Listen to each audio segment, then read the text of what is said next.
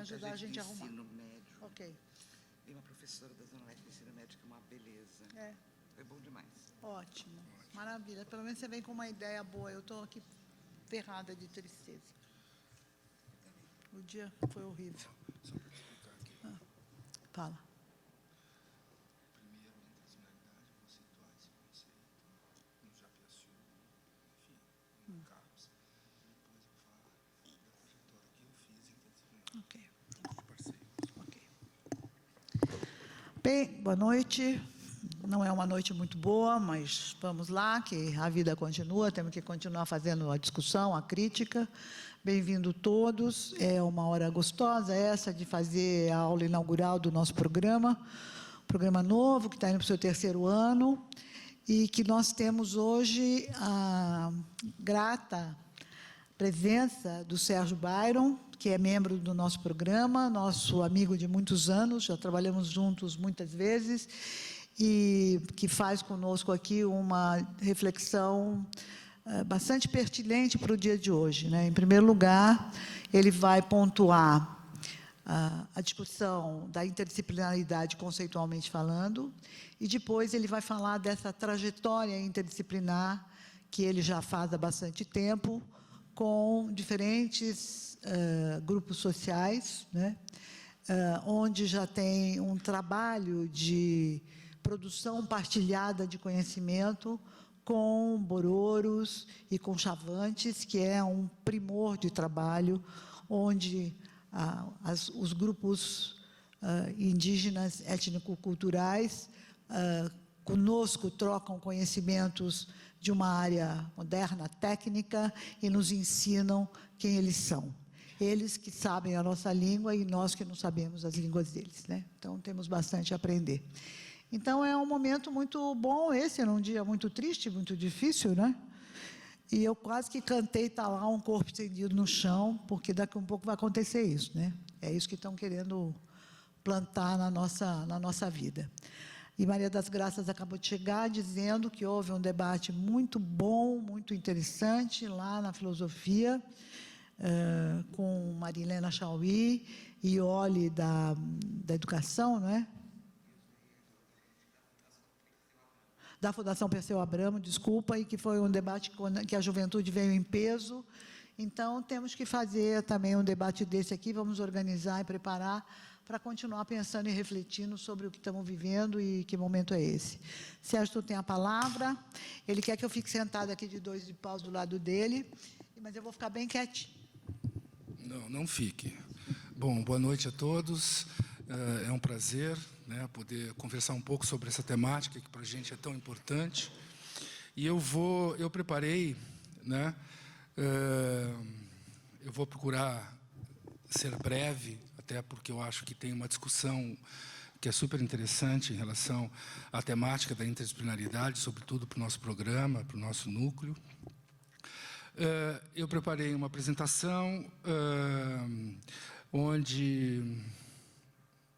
Vou mudar aqui, onde eu divido, né, a apresentação. Primeiro, o conceito de interdisciplinaridade, né?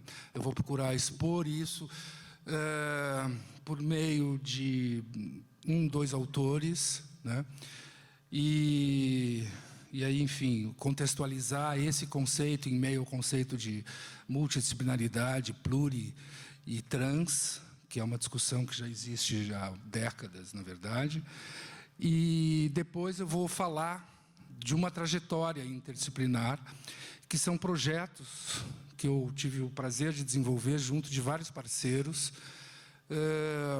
dando exemplos dessa trajetória, né? Quer dizer, aqui, evidentemente, realçando, sobretudo, a interdisciplinaridade como uma questão prática, né? Quer dizer, como um conhecimento produzido a partir de uma prática, inevitavelmente. Quer dizer, na verdade, é evidente que há uma expressividade teórica importante, mas, sobretudo, eu acho que aqui no nosso meio há um elemento comumente chamado de prático que é fundamental, né? Bom, vamos lá, então. Eu selecionei aqui quatro 4 textos, 4 livros, na verdade, a Carta, né, da Transdisciplinaridade, de 1994. Isso está na web, fácil, vocês conseguem. É uma carta interessante, de certa forma, encabeçada pelo Edgar Morin, né? E, inclusive, num contexto em que ele está discutindo a questão da transdisciplinaridade, do pensamento complexo e assim por diante. Também separei o texto A Nova Aliança, do Prigogine, onde há uma discussão muito interessante sobre interdisciplinaridade, e numa área que, a priori, não tem nada a ver conosco, né? Ele é químico, prêmio Nobel em 97, e, enfim, né? Mas, no entanto, ele traz uma discussão que coloca, inevitavelmente, a interdisciplinaridade como uma proposta que encontra já, desde o início, ou melhor, promove o encontro entre as exatas, as biomédicas e as humanas. E o que eu considero, para mim, um texto ainda melhor sobre a temática especificamente, que é o livro do Japiaçu, é um autor que eu gosto bastante nessa discussão, né? Interdisciplinaridade e Patologia do Saber. Bom, tem ainda um livro que eu publiquei sobre a temática, que se chama Interdisciplinaridade, Educação, História da Cultura e Hipermídia, e que procura contextualizar o próprio conceito numa prática de produção com comunicação digital, né? Quer dizer, de certa maneira, eu estou refletindo ali como que as tecnologias digitais impulsionaram, ou não, em alguns casos, o caminho para interdisciplinaridade, né? Então, esse é o contexto bibliográfico. Eu preparei esse PowerPoint, que provavelmente eu não vou seguir, mas é só para dar servir de um guia mesmo. Bom, em primeiro lugar, a gente tem a concepção já no livro do Prigogine da interdisciplinaridade como uma espécie de regente dos saberes, né? Então, para ele, há uma temática, isso a gente encontra em vários autores, inclusive na professora da PUC, Ivani Fazenda, que tem uma série de textos também e livros sobre a temática. Na verdade, a proposta central da interdisciplinaridade, a priori, seria: nós temos uma temática, né, ou uma questão que traz, inevitavelmente, a presença e a participação de várias disciplinas, né? Então, há uma certa ideia de hierarquia na proposta da interdisciplinaridade. Essa hierarquia não é uma hierarquia de disciplinas, mas é uma hierarquia de matemática sobre algumas disciplinas. E quando eu chegar no exemplo que eu quero dar para vocês, eu tenho lá algumas temáticas que eu coloquei num determinado momento da pesquisa ou da trajetória de pesquisa como temáticas centrais, e vou tentar justificar por que elas inevitavelmente apresentaram desafios interdisciplinares, né? Diz o Japiaçu, aqui no caso, unificação na qual ciência e não ciência, sonho e filosofia precisam ser articulados. Essa é uma outra questão interessante das propostas do conceito de interdisciplinaridade, né? Quer dizer, não é por nada que tem sonho aqui, porque tem um desafio institucional interessante. Ou seja, quase todos os autores, pelo menos que eu conheço, eles tratam da questão como uma aproximação entre filosofia, as ciências, as teorias científicas, a arte, né, e até mesmo saber, que eu vou nomear aqui de senso comum, né? Mas, portanto, não deixa de ser um sonho se a referência é institucional, né? Se a referência é institucional, porque nas instituições, evidentemente, de ensino e de pesquisa, nós não temos essa questão estruturada. Ou seja, hoje se discute, nós chegamos a conversar já sobre isso aqui no Diversas, a falta de cursos interdisciplinares de graduação, né, que seria um caminho interessante para proporcionar essa conversa um pouco mais aprofundada, né?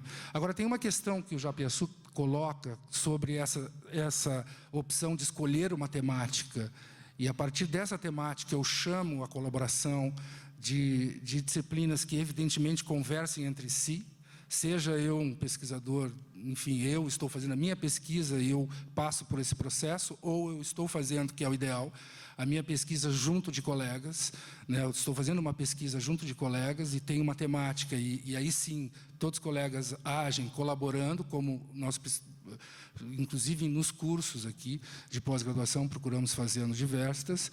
Agora, a questão central que ele coloca, que eu achei muito interessante, é que essas temáticas, é fundamental que elas tragam uma questão ética e política, né? E porque é quase impossível você pensar num trabalho interdisciplinar nas humanas sem que as questões éticas e políticas estejam regendo o que se está optando, o que se está buscando pesquisar. E eu diria que em praticamente todas as pesquisas que eu conheço aqui, por exemplo, no Diversas, nós temos essa preocupação, ou pelo menos a intenção de tê-la, né? E ele acha isso fundamental, ele vai dizer, para que a interdisciplinaridade não se converta num mero instrumento de um poder tecnocrático, fazendo as decisões dependerem unicamente de negociações entre experts, né? Longe de qualquer debate democrático. Por sinal, uma colocação interessantíssima para esses dias que a gente não consegue pensar em outra coisa, né, senão o debate democrático. Então, a interdisciplinaridade, ela traz um desafio de ser compreendida como uma prática. Ou seja, né, eu não estudo uma teoria interdisciplinar para aplicá-la. Eu construo uma compreensão da interdisciplinaridade fazendo a própria pesquisa, né? Quer dizer, portanto, ela não é exatamente proporcional a um conceito tradicional de teoria científica, né? Mas é uma proposta epistemológica de uma construção de um saber prático, de um saber fazer, que vai elegendo as questões centrais na medida em que ele vai acontecendo. Isso, para a produção partilhada do conhecimento, que eu já vou falar com vocês, é super importante, porque a gente constrói as temáticas junto das comunidades, né? Nós não pensamos numa temática e vamos para a comunidade, ou, enfim, né, para o grupo social, seja qual for aí o parceiro, já com a temática pronta, e é isso e tal, e já teorizada, né? Quer dizer, há aqui, inclusive, uma expressão que é usada por alguns autores que eu gosto muito, que eu sintetizo como buscar o terreno, ou buscar o campo de uma forma desarmada, né? Desarmada do quê? Desarmada de teorias, né? Então, para construir ou reconstruir o que seja teórico nessa pesquisa, o que se colocar como teórico nessa pesquisa durante o processo. É claro que isso é meio esquisito, né? Porque, afinal de contas, né, nós temos já uma formação quando nós chegamos no trabalho de campo, mas eu acho que tem uma questão aí que é super interessante, que eu gosto muito, não sei se vocês conhecem, se não conhecem, é interessante conhecer. Tem um cineasta russo da década de 20, que se chama Dziga Vertov, e que propôs um método de pesquisa científica com filme. E ele apresenta 6 etapas do método científico com o filme, com o audiovisual. No caso, era o cinema, né? E a primeira etapa é o que ele chama de olhar desarmado, né? Eu vou para o terreno, eu vou para o campo, eu vou para a comunidade, enfim, né? E eu vou observar única e exclusivamente, participar ali com as pessoas, ouvi-las, conversar. Quer dizer, eu não vou,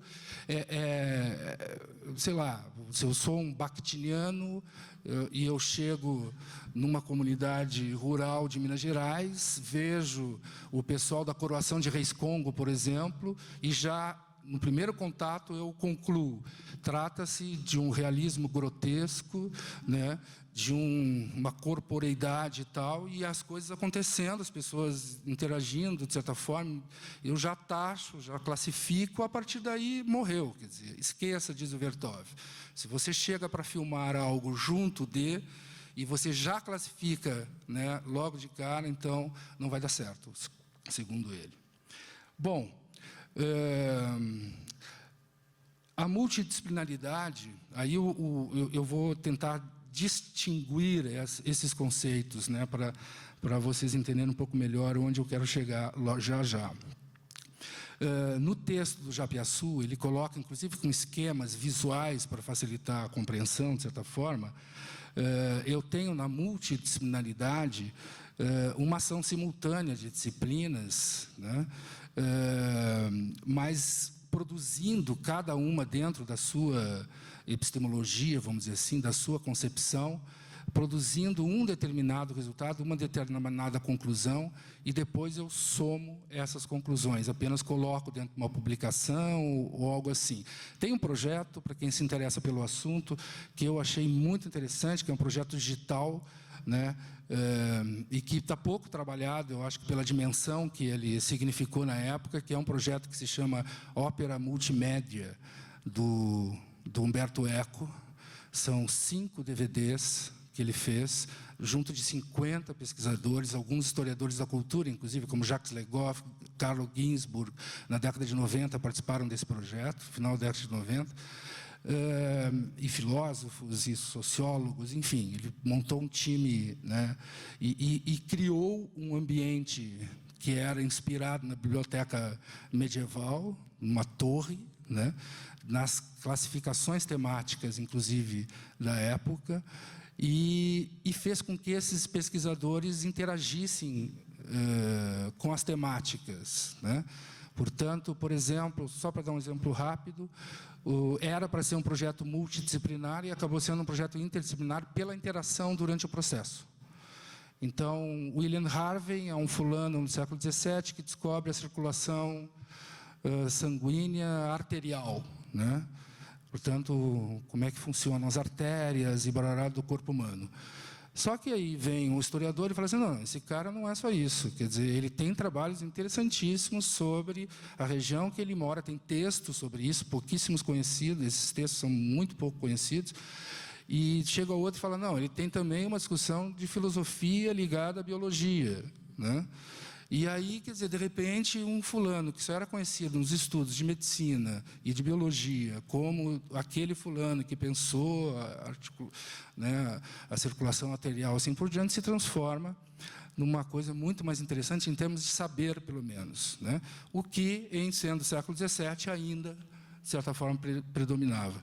Então, a multidisciplinaridade, ela propõe, evidentemente, caixinhas, cada um na sua caixinha, cada um no seu método, portanto, não há troca de métodos, né? Não há troca de objetos, de certa forma, né? Porque as ciências se orgulham muito, cada ciência, inclusive a gente vê isso no CTC, na CAPES, né? No CTC, como, né, o órgão maior científico que nós temos, que cada área se orgulha muito de ter os seus objetos. E eu pertenço a uma área que não tem objeto, que é a comunicação. O Gilson está aqui, inclusive, que sofreu muita perseguição na década de 90, justamente porque a comunicação não tem... Afinal, qual é o objeto da comunicação? Então, descobrindo que o objeto da comunicação é o que na comunicação se estuda nas graduações de comunicação. Então, circundo em torno do jornalismo, rádio e TV, quer dizer, aí é que eu construo os objetos. Do contrário, não existe, né? Essa discussão a gente pode conversar numa outra hora, mas ela é muito grave, na minha opinião, porque eu vivo desafiando as pessoas para me apresentarem qual outro país, pelo menos, por enquanto, vamos chamar de democracia, o nosso, qual outro país do mundo que tem, em sendo uma democracia, que tem uma instituição científica que controla tematicamente o que pode ser pesquisado, que foi o que a CAPES acabou, infelizmente, construindo, né? E eu pertencia a um programa que se chamava Comunicação e Semiótica da PUC. Eu fiquei 16 anos na PUC, dando aula na Comunicação e Semiótica, que foi criado por Haroldo de Campos e Décio Pinhatari, portanto, já nascimento já era uma zona total em termos de área científica. E esse programa sofreu muito, porque cinema não é comunicação, né? Porque literatura não é comunicação, porque corpo não é comunicação, porque, enfim, né, os professores foram saindo do programa de comunicação e semiótica, música, não, né, quem estuda música eletroacústica não é comunicação, é música. Então, tem essas classificações que ainda são muito complicadas e elas atuam de uma forma invisível, a gente nem nota que isso acontece, né? Então, a multidisciplinaridade é apenas essa ação simultânea de uma gama de disciplinas. A pluridisciplinaridade para o Japiaçu, a forma que ele coloca, e esse livro é de 76, de 1976. Eu fiz questão, inclusive, de trazê-lo nessa discussão, porque está tudo lá já, né, em 1976, né, onde eu tenho na pluridisciplinaridade uma troca entre as disciplinas dos resultados e dos objetivos de novas pesquisas para novas, ou melhor, de novas temáticas para novas pesquisas dentro da própria disciplina. Então, há uma certa troca entre as disciplinas, mas, no entanto, num projeto pluridisciplinar, mas, no entanto, essa troca é apenas para objetivar o próximo passo do projeto, onde cada um vai manter o seu caminho. Já na interdisciplinaridade, como eu disse anteriormente, eu tenho uma hierarquia temática e as disciplinas, aí sim, colaborando por meio do próprio pesquisador, ou seja, o próprio pesquisador busca, que foi meu caso, busca formações em outras áreas, por conta própria, é evidente, porque a universidade não, né, raramente traz isso, organiza isso. Ou então, que é o ideal, evidentemente, é o resultado de uma pesquisa, de uma equipe pesquisando. E aí nós chegamos na transdisciplinaridade, né, que na própria carta do Morin, coordenado pelo Morin em 1994, ela pressupõe, evidentemente, que as relações interdisciplinares, mas de uma forma, segundo ele, extremamente dinâmica, né? Na época, aí sim, que o Japiaçu, e o conceito pelo Japiaçu nesse texto, ele faz referência a trabalhos do Piaget, já com a própria proposta, uma proposta transdisciplinar, mas principalmente, né, a trabalhos que pressupõem uma troca de objetos, o que seria uma troca de objetivos científicos. Então, por exemplo, eu vou estudar etologia.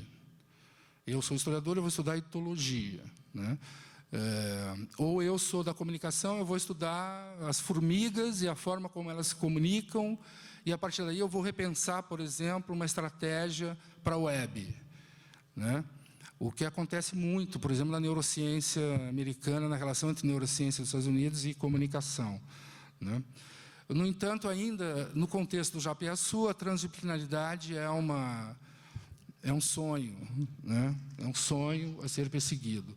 Já quando nós chegamos no tratamento temático que Edgar Morin vai fazer do tema, da transdisciplinaridade, aí sim, ao que parece, pelo menos eu digo isso por minha conta, a coisa se transforma em prática, né? Quer dizer, a teoria da complexidade do Morin tem uma relação direta com o conceito de transdisciplinaridade e pressupõe não só uma troca de métodos e de epistemologias, mas uma reconstrução dinâmica disso, né? Dentro de um sistema profundamente dinâmico, né? Bom, qual é a proposta, né, que eu apresento aqui, temática, para justificar a interdisciplinaridade, né? Ela está dividida em 3 questões centrais, em 3 temáticas centrais, na minha experiência. A primeira, as 3 são bem, do jeito que eu gosto, polêmicas. E eu vou colocá-las de uma forma bem abrangente para vocês, né? Claro que está cheio de detalhes, mas, senão, não consigo falar delas. A primeira é a experiência estética com produção de conhecimento científico, né? E esse conceito de experiência estética eu retiro de um filósofo X, ele está evidentemente recheado de questões filosóficas, mas eu pego especificamente a forma que o Gadamer vai trabalhar em Verdade e Método. É um hermeneuta alemão, né, filósofo, que eu gosto muito da forma que ele trabalha a noção de experiência estética no livro Verdade e Método. Depois, a produção partilhada do conhecimento, né, científico, criando uma heterarquia, né, heterarquia como contrário de hierarquia, entre a cultura oral e a cultura científica, né, do conhecimento científico.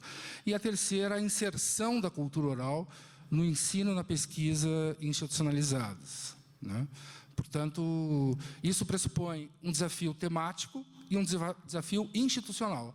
Para mim, esses desafios não podem estar separados, não faz sentido que eles estejam separados. Portanto, novamente, entram aqui em questão as questões éticas e políticas, como, né, uma política institucional, uma política de produção de conhecimento, né, e, evidentemente, que uma ética, princípios básicos da forma, do tratamento. Por exemplo, eu trabalho bastante com algumas ideias de antropologia visual e tem uma maneira de pegar na câmera, várias maneiras de pegar a câmera quando você está interagindo com uma comunidade, que tem preceitos ali, que são preceitos teóricos, importantes para a antropologia visual, que valorizam o diálogo, inclusive, com as pessoas. Que se você pegar a câmera de uma forma diferente, você já corta isso, né?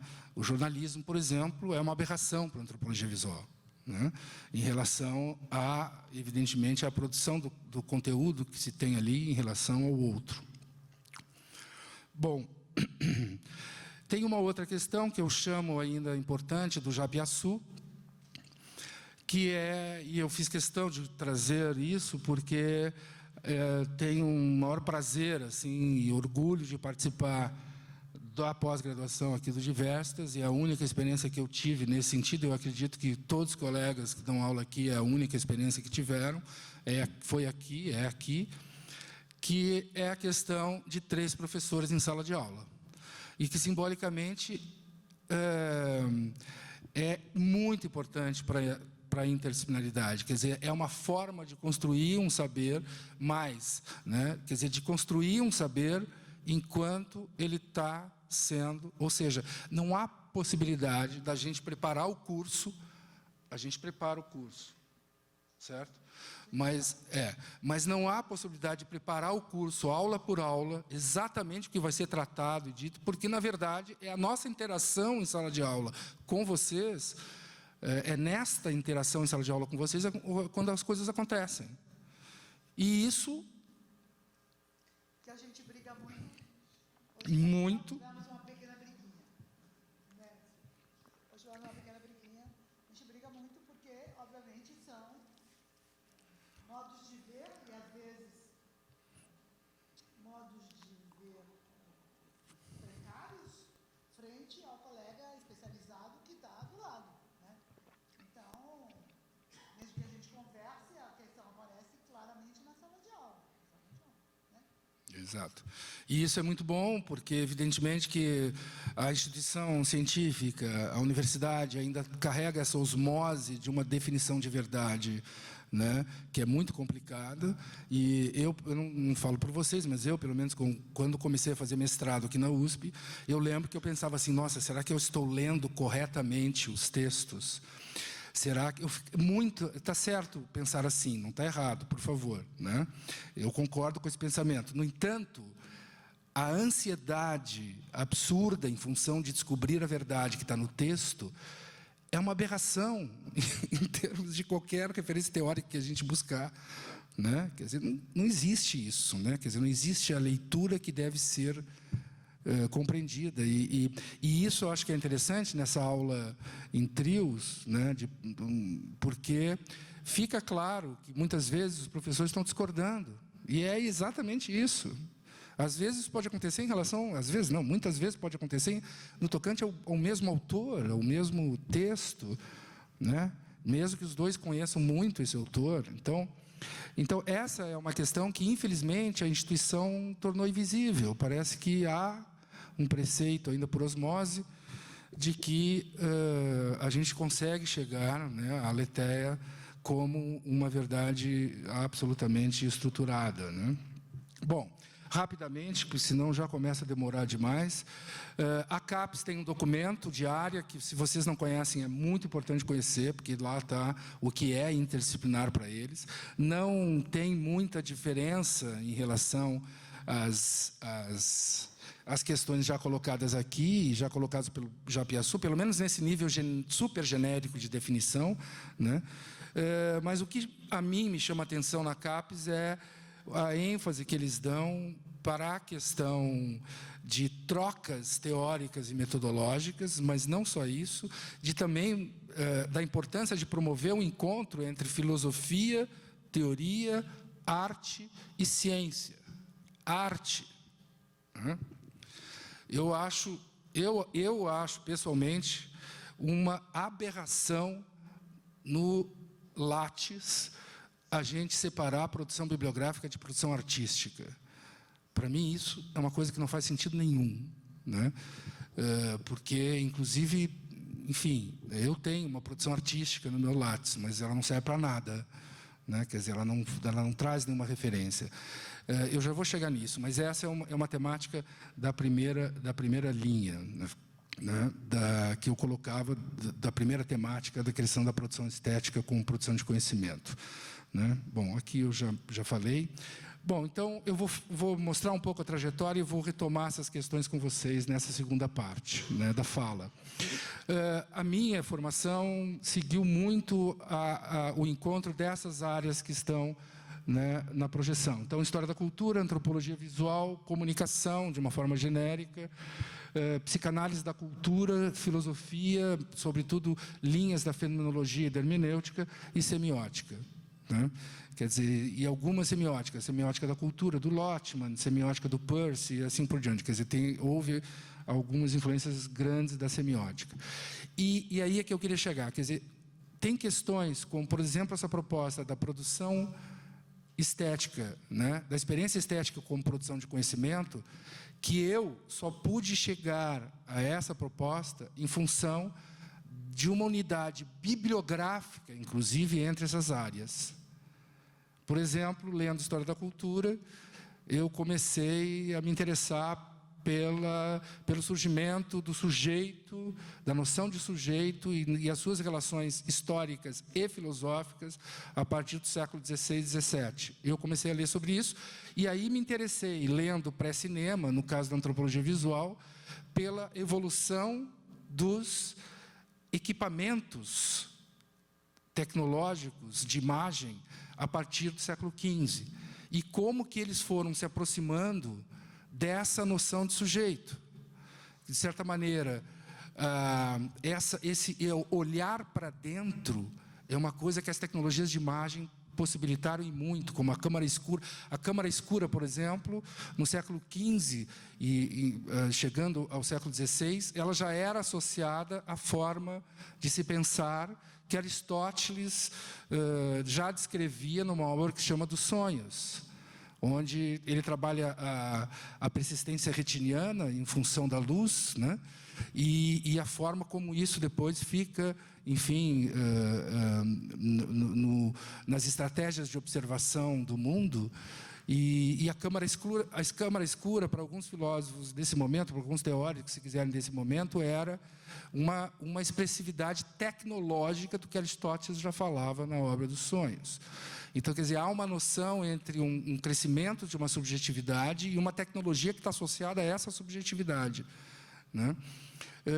Bom, isso eu só pude chegar, se é que isso vale para alguma coisa, e aí toda a tecnologia que vem depois da câmara escura, né, eu me aprofundei bastante, os labirintos, os espelhos mágicos, a câmara escura virando lanterna mágica e assim por diante, quer dizer, eu só pude chegar a essas relações em função da soma de uma biografia da história da cultura com determinados textos filosóficos. Michel Foucault foi um outro autor importante aqui, e com questões estudadas na semiótica, como do Jonathan Crary, né, que vai pesquisar essa evolução da tecnologia. Ou seja, esses autores raramente conversam entre si. Quase não conversam, praticamente não se citam reciprocamente, né? Bom, a partir, portanto, é só para dar um exemplo, a partir dessa trajetória, eu comecei com essas relações entre psicanálise da cultura, semiótica, antropologia visual e assim por diante, também a desenvolver relações entre o visual, o verbal e o sonoro a partir das discussões da semiótica e vamos dizer assim, de uma certa evolução, por favor, não um evolucionismo, mas uma evolução desses conceitos e da apropriação do verbal, do sonoro, do visual por determinadas formas de pensar, né? Assim como que foi uma outra questão que está ligada à produção partilhada do conhecimento, comecei a me interessar pela ruptura que se faz do senso comum, né? No século, eu entendo, pelo menos, essa ruptura que ocorre assim drasticamente, ela é construída drasticamente numa filosofia do 18, apesar de várias resistências, nós chegamos no início do 19 e o homem comum não tem mais nada a colaborar com a ciência, né? Ele não tem mais nada para dizer para a ciência, ele só pode ser um objeto, né? E não era assim, quer dizer, a gente tinha, por exemplo, no século XVII, as famosas Wunschkammern, né? Quer dizer, que eram espaços onde eu tinha sábios, tinha filósofos, tinha Kepler, por exemplo, participava dessas Wunschkammern. Enfim, eu tinha astrologia, eu tinha uma série de questões da cultura popular, pode-se dizer, e também, né, do que nós chamamos de ciência, né, hoje.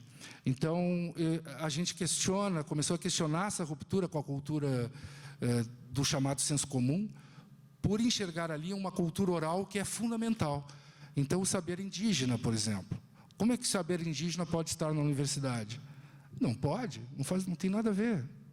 Institucionalmente, não tem nada a ver, né?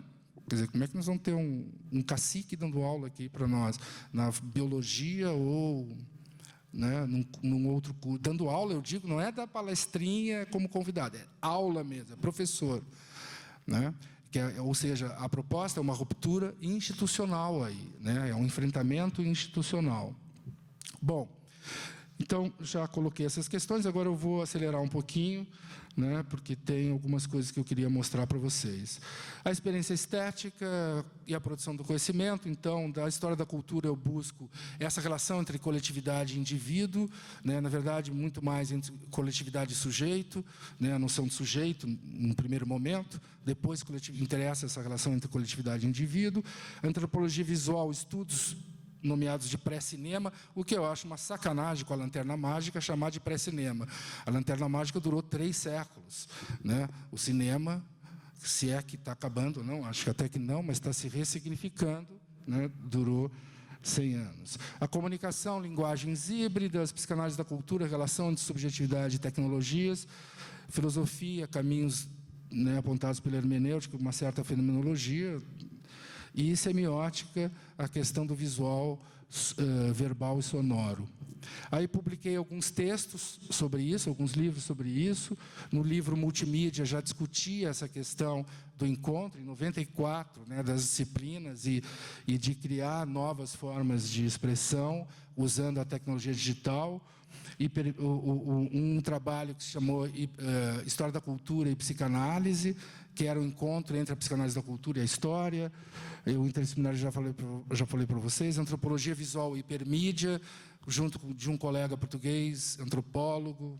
A gente publicou esse livro em Portugal. Texturas sonoras, que foi um trabalho com áudio como pensamento, né? Então, como é que é isso? Quer dizer, só para dar um exemplo, nós buscamos artistas como Arnaldo Antunes e teóricos de algumas áreas, como a Santaella, na semiótica, o Blickstein, o Isidoro Blickstein aqui, né, que era da USP, e Algaré Matos, da filosofia, participou bastante do projeto também, e a gente inverteu. Quer dizer, o Arnaldo Antunes gravava os textos, a gente foi para o estúdio e ele gravava os textos teóricos como poemas, né?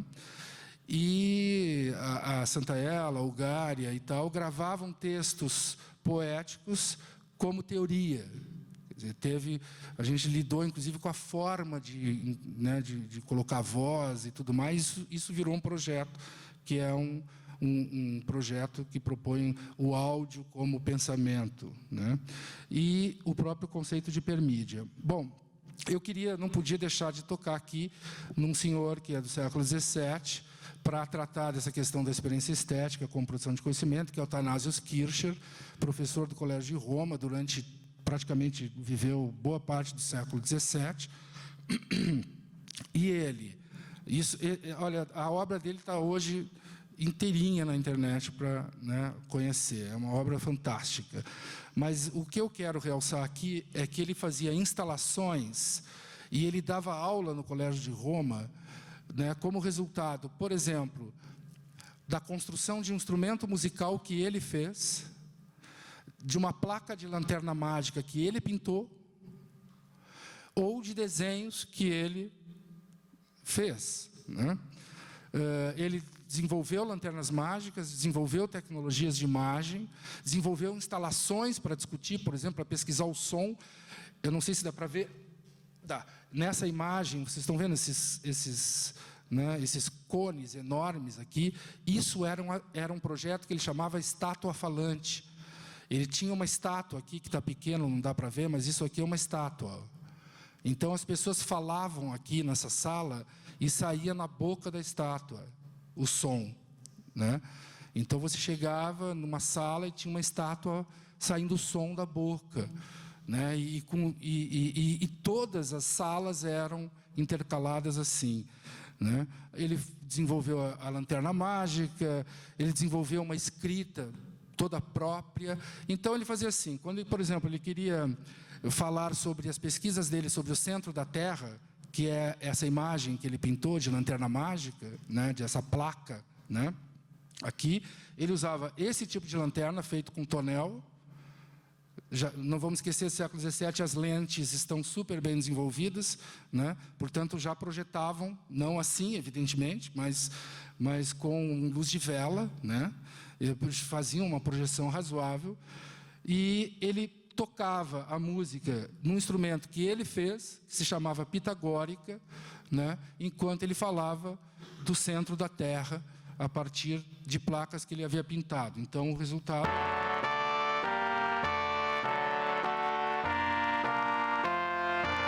Essa é uma gravação feita num instrumento reconstruído mesmo, que era da época, e assim por diante, né?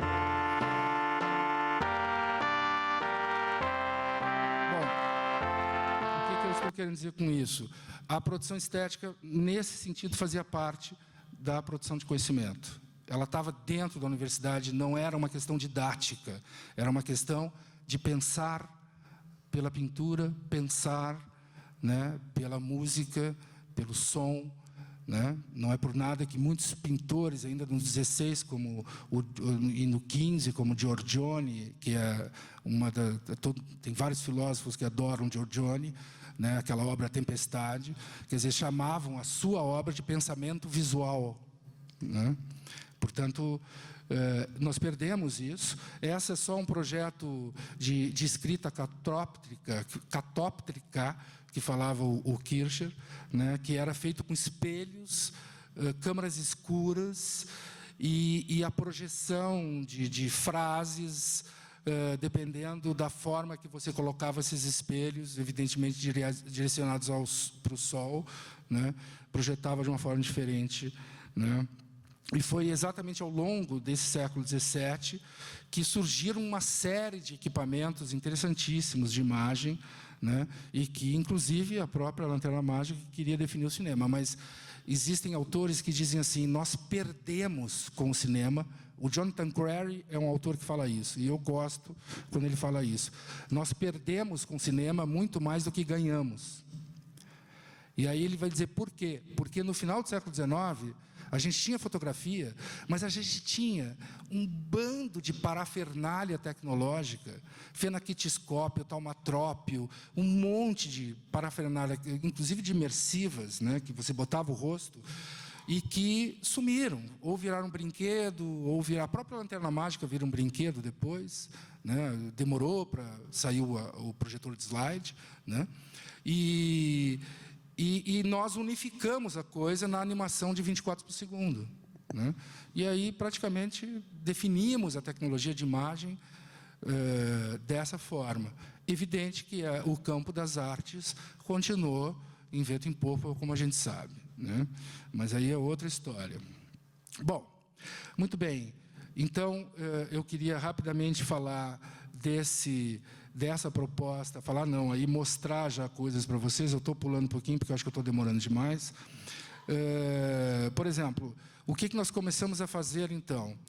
Eu comecei a trabalhar junto com colegas, né, com a construção de ambientes interativos, né, em 3D, inclusive, que esses ambientes tinham a proposta de expor determinados conceitos que a gente queria trabalhar.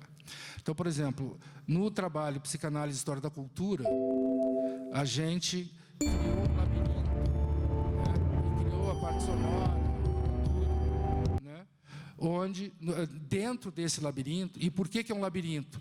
Porque o labirinto tem uma significação muito importante para a psicanálise, para alguns historiadores da cultura que nós pegamos, e para a arte que influencia a psicanálise, né? Então, a questão do labirinto ela é fundamental. Então, eu estou cometendo um assassinato no trabalho, porque eu estou explicando para vocês. E esse tipo de trabalho não é para ser explicado, né? Exato, é para ser vivido, né? Experimentado. Mas, enfim, não tem jeito, faz parte. Então, você navega no labirinto, ele tem, enfim, tem um monte de coisa, tem 1.500 páginas de hipertexto, né, que nós tivemos que escrever página por página, inclusive, quebrar a linearidade. Então, você não vai encontrar nenhuma página dessas 1.500, que demorou 3 anos isso, né, para ser feito. Você não vai encontrar nenhuma página que a primeira palavra da página seja como vimos. Então o que, cara pálida? Né? Quer dizer, se é um hipertexto, não tem como vimos, né? Como dito anteriormente, não tem anteriormente. Pode ser que o fulano tenha caído direto ali. Então, dá para navegar, acontece um monte de coisa. Cada falta de meu desejo, som, só cada um joguete objeto do pensamento tem uma passado, significação teórica. só um joguete do pensamento. Então, aqui a gente já tem uma vaca com um toro no pescoço, que é uma imagem lacaniana, né? Porque é a psicanálise freud-lacaniana com a história da cultura. Então, se você interagir com a vaca, com o toro no pescoço, você vai acabar descobrindo por que ela representa o conceito de inconsciente para a psicanálise e por que esse conceito de inconsciente foi apropriado por historiadores da cultura, né? Que foi, no caso, o historiador que está em contato aqui é o Michel de Certeau, que trabalha com a visão freud-lacaniana da psicanálise da cultura. Infinita. Então, enfim, você vai interagindo e vai descobrindo essas questões. Portanto, aqui a gente já trabalhava o seguinte princípio, que é um princípio hermenêutico do Gadamer, né? Que é um fulano que eu acho bem interessante, e que está numa discussão na tradição heideggeriana da discussão de verdade, né? E a leitura que ele faz no Verdade e Método é a primeira experiência com o conceito, com a compreensão, e isso tem muito a ver com Peirce, com a primeiridade da semiótica peirciana. A primeira experiência com a compreensão é estética. Peirce vai dizer, passa pelo interpretante emocional, mesmo que seja um texto científico, né? A primeira experiência, ela tem uma abordagem estética. Portanto, o que interessa aqui é que a pessoa estranhe, não entenda, fique perdida, daí, inclusive, o simbólico do labirinto, para começar a construir algumas significações que estão aqui. E é um trabalho científico, ou seja, você pode discordar que a imagem da vaca com toro no pescoço é o melhor elemento simbólico para falar do Lacan, da noção de inconsciente do Lacan. Você pode dizer, não, a imagem para falar do inconsciente é o cross-cap, na topologia lacaniana, né? E eu vou dizer, não, é a vaca com toro no pescoço, discussão acadêmica, né? E você vai dizer, não, cross-cap, e vai embora. Agora, a questão é como construir, e aí sim, como pensar modelando, como pensar programando, como pensar nas soluções de programação aqui, né, de uma forma teórica. Isso mereceu, inevitavelmente, o encontro de várias disciplinas. Depois tem um projeto que eu não vou mostrar, porque vai demorar muito tempo. Quanto tempo? Então, mas é que tem muita coisa para ser mostrada e eu optei pela quantidade. Talvez tenha sido uma coisa errada, né? Mas esses trabalhos todos estão à disposição. Quem quiser, depois eu consigo, não tem problema nenhum, eu dou o endereço, enfim, né? Depois tem o que a gente chamou de casa filosófica, né? Que é uma metáfora peronomútil da transição que o Wittgenstein faz com as noções de linguagem na década de 20. Então, a gente pegou o Tratactus do Ludwig Wittgenstein para pensar hipermídia. A gente pegou o Tratactus, onde há uma noção de linguagem, né, quase que matematizada, e pegamos depois as publicações, né, pós-vida, de que algumas estão em investigações filosóficas e assim por diante, onde se evidencia o conceito de jogos de linguagem, e colocamos a arte cinética da década de 20 como o interlocutor do Wittgenstein, né? Isso é uma liberdade poética nossa, né? Então, o Wittgenstein mudou de ideia porque ele conheceu a arte cinética da década de 20, que, por sinal, era um espetáculo. Cine Poème de Man Ray, Walter Hutman, na Alemanha, e assim por diante. E isso nós usamos como metáfora da hipermídia. Então, nós construímos uma casa em 3D, que é a casa que o Wittgenstein construiu, junto com Paul Engelmann, que era o arquiteto colega dele, né?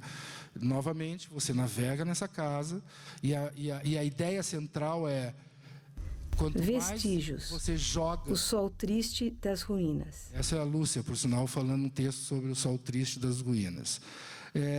Quanto mais você navega na casa, mais ela se desmancha.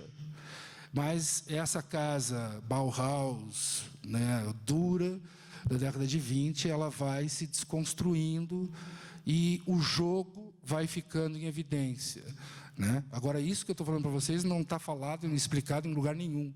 É para a pessoa ter... Então, abdução. Esse é o Arnaldo Antunes. Poesia.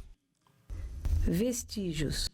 Há um não sei quê de qualquer coisa na ausência das origens, não crês? Não sei se já sentiste que no recôndito da alma vive uma saudade extremamente triste de tudo quanto não existe. Que entra o Cine Poema do Man Ray, às vezes entra outra coisa. A programação ela está toda randômica. Então, às vezes acontece uma coisa, às vezes outra, às vezes outra, às vezes outra, às vezes outra. E dependendo do que acontece, você é levado para um lugar ou para outro, né? E essa determinação, ela tá, evidentemente, ela tem uma postura teórica por trás em relação à linguagem da hipermídia, né? Então, a casa está cheia de elementos de reconstrução. Bom, eu vou seguir, né? Houve vários projetos que foram desenvolvidos junto de parceiros em hipermídia, né? E são projetos que eu considero, faço questão de considerar produção de conhecimento científico, não tem nada a ver com arte. Tem gente que pega no meu pé quando eu falo isso, mas, na verdade, a ideia é... por exemplo, eu tive muitos colegas na semiótica, e continuo tendo aqui na USP, que são artistas, trabalham com arte e tecnologia e são professores, né? O Gilson deve conhecer bastante também, alguns colegas lá na ECA. E eu sempre questionei por que você não transforma a sua produção em produção científica, a sua produção artística em produção científica. Você está refletindo, tem questões conceituais ali super interessantes. Por que você apresenta isso como arte? Né? Tudo bem que apresente como arte, mas apresenta como ciência, apresenta como processo de reflexão, né? E essa é uma briga de muito tempo. Houve vários projetos, portanto, né? E eu vou... tenho esse trabalho, para quem se interessar, eu acho que esse sim é legal vocês terem. É um trabalho desenvolvido junto do professor José Ribeiro e tem toda uma reflexão sobre a interdisciplinaridade, tem uma abertura, esse ambiente hipermídia, tem uma abertura do Edgar Morin, do Manuel de Oliveira com Jean Rouch, né, que foram convidados para fazer um seminário, e tem uma conversa entre os dois que é interessantíssima. Está faltando um plugin aqui. E tem toda uma parte sobre interdisciplinaridade, né? Então, aqui, por exemplo, são vários artigos, um do Edgar Morin, sobre a temática especificamente, do Dan Sperber, do François Rastier, né, que é um antropólogo importante, francês, né, do Canevati, da própria Lúcia Santaella, tem um texto meu da hipermídia para a antropologia visual, tem um texto do José Ribeiro da antropologia visual para a hipermídia, mas tudo discutindo a interdisciplinaridade. Tem uma espécie de jogo que a gente fez, né? A etapa do fim do século XIX, em que se pegava na fotografia e na fotografia repetida para criar as primeiras animações. É evidente que as questões que o hipermídia, na minha perspectiva, levanta, elas começam a ser enunciadas muito antes, quando começam a ser construído, sobretudo, aquilo que alguns teóricos do documentário chamam os filmes reflexivos. Esse é o José Ribeiro, que está falando sobre as cronofotografias, e a ideia é que você arraste para o navegador fotogramas, cronogramas, na verdade, que só das cronofotografias e não de outras etapas do cinema, da antropologia visual. E se você acertar, então tem uma série de joguinhos dessa forma, você criou um link para o hipertexto, né? Portanto, há um acaso aqui. Eu acerto, não sei bem o que eu estou fazendo, porque eu não conheço cronofotografia, né? Mas se eu acertar, eu tenho um link que justifica a temática no hipertexto, né? Isso está nessa... E tem várias coisas assim nesse trabalho. Novamente, precisou de algo interdisciplinar. E, por fim, a experiência estética também a gente começou a trazer para as comunidades. Aí sim, nós começamos a trabalhar com as comunidades orais da Coroação de Reis Congo, né, que foram 8 anos de trabalho, né, com comunidades no Brasil, em Cuba, no Uruguai, Cabo Verde. E depois nós começamos com as comunidades indígenas também, na PUC, depois aqui na USP, no Diversitas. E uma questão que eu acho que é a questão central aqui é a seguinte: o saber da cultura oral é um saber, tentando criar coerência com o que eu estou dizendo, prioritariamente estético. Né? Prioritariamente estético. Isso parece ser uma coisa óbvia, né? Mas, no entanto, eu costumo dar essa questão, levantar essa questão a partir do seguinte exemplo, né? Quer dizer, uma tese sobre os bororos dificilmente vai ter algum valor direto para os bororos, para os indígenas bororos, né? Agora, um trabalho de audiovisual desenvolvido junto dos bororos, ou por eles e acompanhado por nós, tem um grande valor para eles, né? Pelo menos quando isso for possível. É claro que determinadas comunidades indígenas isso não é possível, nem deve ser. Mas quando é tentar produzir um conhecimento em parceria com as próprias comunidades. Isso está exposto no site do CEDIP Diversitas, no YouTube tem vários vídeos aqui, né, de resultado de trabalho com essas comunidades, e que tem vários filmes e assim por diante, e que, evidentemente, esses que estão aqui, nós conseguimos autorização junto deles para expor, né? Foram 21 filmes que nós desenvolvemos no âmbito da Coroação de Reis Congo, dessa pesquisa, né, desse trabalho de 8 anos. Só que, o que nós fizemos? Nós usamos o método etnográfico da reflexividade. Então, por exemplo, todo o processo de construção dos filmes, ele está... Todo o processo de construção dos filmes, ele está absolutamente atrelado, e essa é uma montagem rápida de vários exemplos, né? Ele está absolutamente atrelado à comunidade enxergar, está sendo montado com pessoas da própria comunidade, e isso é filmar, eles dão opinião sobre o que está sendo montado. Isso faz parte, começa a fazer parte do filme, e aí o processo vai até que se esgota o tema no filme. E aí o filme está pronto e isso é entregue para a comunidade. É o método etnográfico do lado da antropologia visual desenvolvido por Jean Rush em Crônica, né, Crônica de um Verão, que é esse processo. E a gente começou a usar isso com as comunidades, né? E aí o grande desafio interdisciplinar foi desenvolver um ambiente hipermídia com as comunidades. Uma virgem que foi encontrada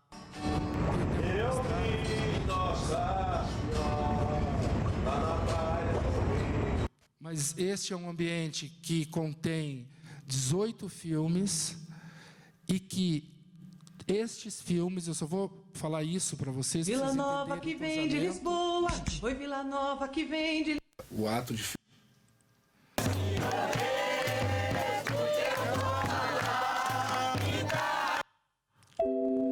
Eu vou só mostrar um caso, que é o caso da Dona Lica, né? O filme, né, sobre a Dona Lica, que é uma rainha conga. O filme está começando, eu vou botar o filme para o fim, né? E o filme abriu links embaixo. Isso aqui isso é um conjunto de links. Dá para ver daí? Estou passando o mouse em cima deles, né? Cada link desses foi identificado pela Dona Lica ou pelo Zé da Ernestina, que é o rei Congo, marido dela, né? Então, por exemplo, no início ela fala da comida na festa de Coração de Reis Congo. Aí ela diz assim, não, coloca, depois que a gente tinha conversado, explicado o que podia ser feito, não, então você liga isso com o filme do Zé Limão, onde ele fala da importância da comida quando se oferece para a santa.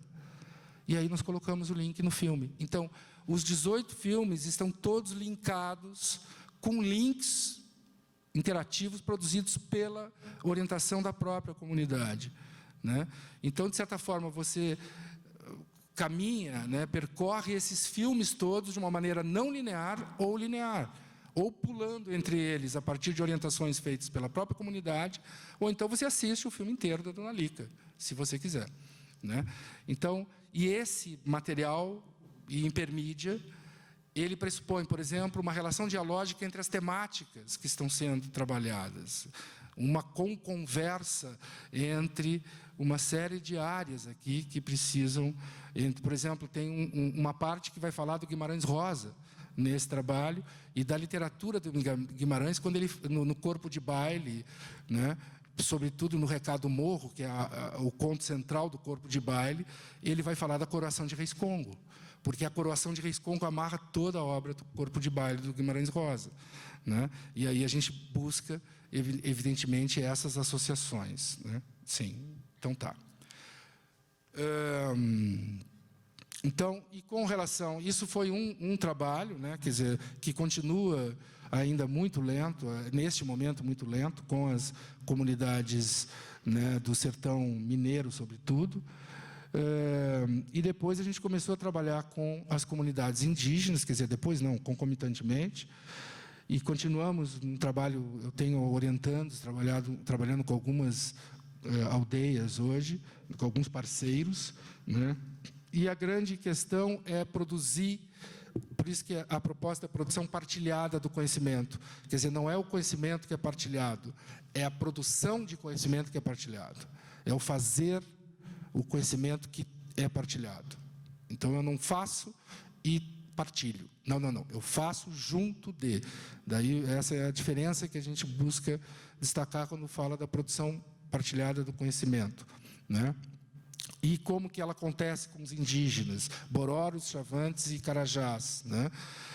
Nós desenvolvemos, junto de alguns indígenas que já trabalham conosco, então o Paulinho, que é Bororo, o Divino, que é Chavante, e o Jonahuini, que é Carajá, eles já lidam com a câmera, já têm uma autonomia para montar, enfim, eles já são experts no assunto, se vocês quiserem, em fazer filme. Eles ajudam a dar um curso nas aldeias Chavantes, Carajás e Bororos. Então, são professores indígenas e alunos de pós-graduação, ou eu mesmo estou lá dando aula junto, né? Tem lá 30, 40 estudantes. A ideia não é formar cineastas indígenas. Pode sair algum cineasta, como sai às vezes. A ideia é usar o audiovisual como interlocução temática para a própria comunidade, né? Deixando isso nas mãos deles, né? Porque geralmente a maioria dos projetos que a gente vê com os indígenas, o objetivo é formar cineasta indígena. Eu tenho uma série de problemas com isso, porque o cineasta é a valorização de uma subjetividade que é historicamente construída, por sinal, como eu dizia antes, né? E de um olhar subjetivo, que é o olhar do cineasta, que não tem muito a ver com cultura indígena, né? Genericamente falando. Então, há aí um ruído que não é uma coisa que me incomoda muito, mas a mim me incomoda o suficiente para não entrar nessa de ser mais um projeto que vai trabalhar na formação de cineastas indígenas. E trabalhar o audiovisual como interlocução é muito mais interessante na minha opinião, né? Então, a gente dá parte do curso nas aldeias e parte do curso aqui na universidade, né? Não, eles querem ser cineastas, a gente deixa, é claro. Mas a gente não, por exemplo, a gente não faz nós não fizemos nós não damos uma ênfase para que isso aconteça, né? Quer dizer, a gente não fica enfatizando isso. Vocês serão cineastas. Enfim, essa é uma discussão interessante, né? Enfim, tem várias questões. E um dos cursos, por exemplo, que nós desenvolvemos aqui na Rito de Cura, que a gente aqui só para dar um exemplo para vocês, um grupo de chavantes, eu canto, né, eram 24 chavantes que vieram que nós também terminar de montar os filmes, vamos lembrar nos laboratórios da as DAESA, pessoas acharam que tinha que fazer um ritual aqui na universidade, e o ritual que eles sugeriram foi o ritual da cura. na universidade. Eles acharam que a universidade merecia o ritual da cura. Esse é o Valeriano, e eu estava junto, nos pintamos todos, né, com o urucum, da cabeça aos pés. A Zilda quase que teve que intervir na noite, porque a segurança do campus estava preocupadíssima com 24 chavantes na Praça do Relógio, à meia-noite, fazendo um ritual. Né? Então, E, enfim, que eu estou falando para vocês, isso faz depois parte. podemos Então, conversar com calma, e agora estamos concentrando na nossa cultura arranjaram, e na eu vou nossa dar um exemplo muito pontual. mentalidade espiritual. Porque estamos aqui sem roupa, ninguém tem frio. Beberam e ficaram altos. Vocês estão se segurando assim. E a forma de tratar com eles enquanto eles estão frio não altos mata. não é a Frio nunca mesma de matou tratar nós. um colega. Agora o nosso porco está daqui, pegando dessa aquele cultura. espírito que Então tem que vem, ter todo um cuidado para fazer um isso. ar natural. E isso faz Não parte ar da relação com essa confidencial. comunidade, se a universidade Assim, quiser vamos enfrentar. dizer, mas isso é natural. Estamos em aberto. Foi chamada a minha atenção lá é na com ECA, você, em função disso. é com porque nós que podemos alguns, fazer. inclusive um deles foi pedir dinheiro para comprar mais cerveja para a diretora da ECA. Eu ainda brinquei com eles, eu disse, tinha tanta gente para você, porque isso não pediu logo para a direção. Mas isso faz parte, isso não tem o que fazer. Ou seja, ou a gente enfrenta essa convivência, ou então, né, não vai acontecer nada, vai continuar o espaço elitista. E o ritual vai rolar, isso está no YouTube também, naquele endereço que eu passei para vocês. E é o ritual da cura que vai, né, e que demora 2 horas, na verdade. Pelo menos levou 2 horas aqui, na aldeia demora mais. E, por fim, a gente começou a trabalhar também com propostas, e aí é o fim mesmo, com propostas hipermidiáticas com os indígenas. Então, como que se constrói hipermídia com a comunidade indígena? Aí tem um filme que o Paulinho Bororo fez. Esse filme está na internet. Ele desconstrói 3 domingos do Fantástico que resolveram fazer um especial com a cultura Bororo. O Paulinho, graças ao audiovisual,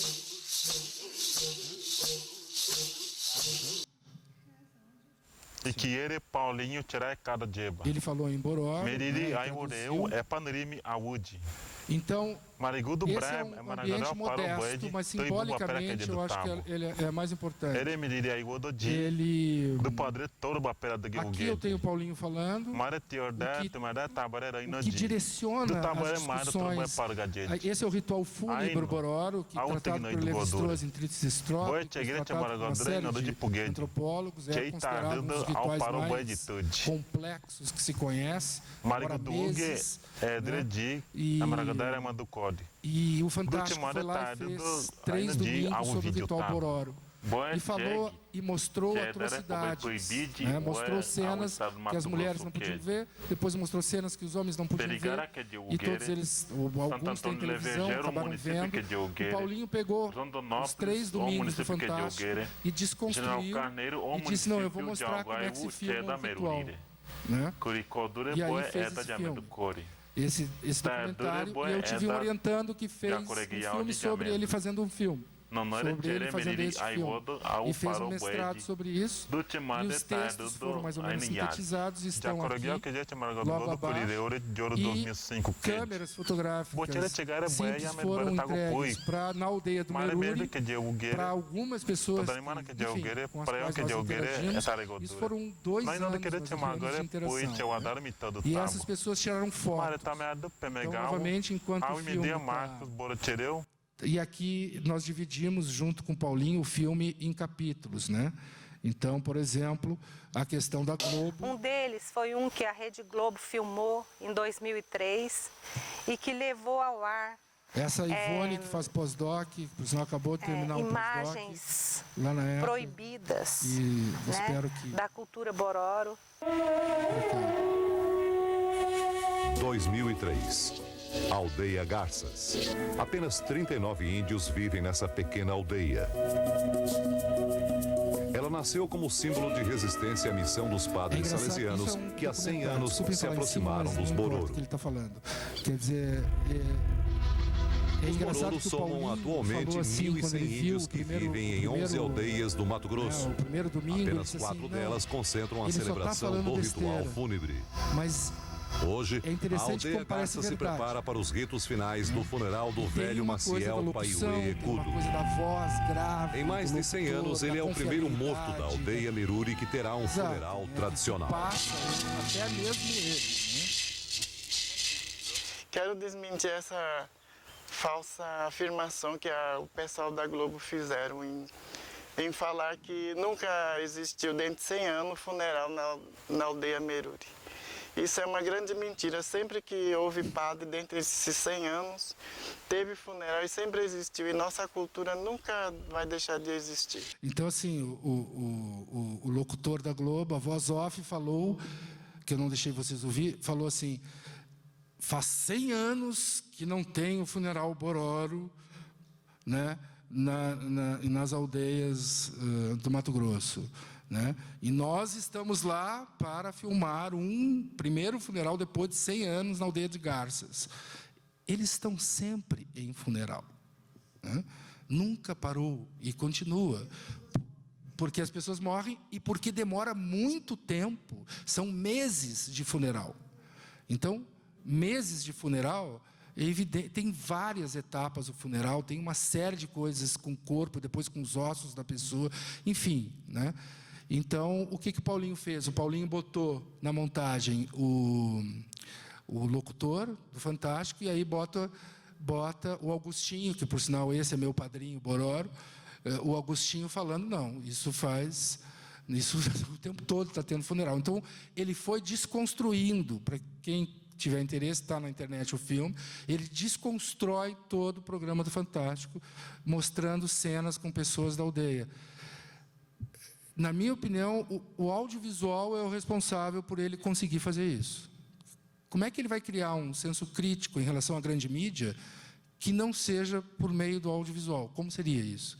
Ele vai escrever uma tese, ele vai publicar um livro, como é que ele vai fazer? Então, tem um elemento aí que está ligado a essa expressividade do conhecimento pelo... Né? No centro da aldeia Garças fica né? Ele vai botando e vai botando a parte do documento, do programa do Fantástico né? E aí nós trouxemos os indígenas para cursos na universidade, que, por exemplo, nós chamamos de pedagogia griot. Então, eles vieram falar sobre como que eles produzem e, se quiserem, reproduzem a própria cultura, né? Eu estou correndo aqui como...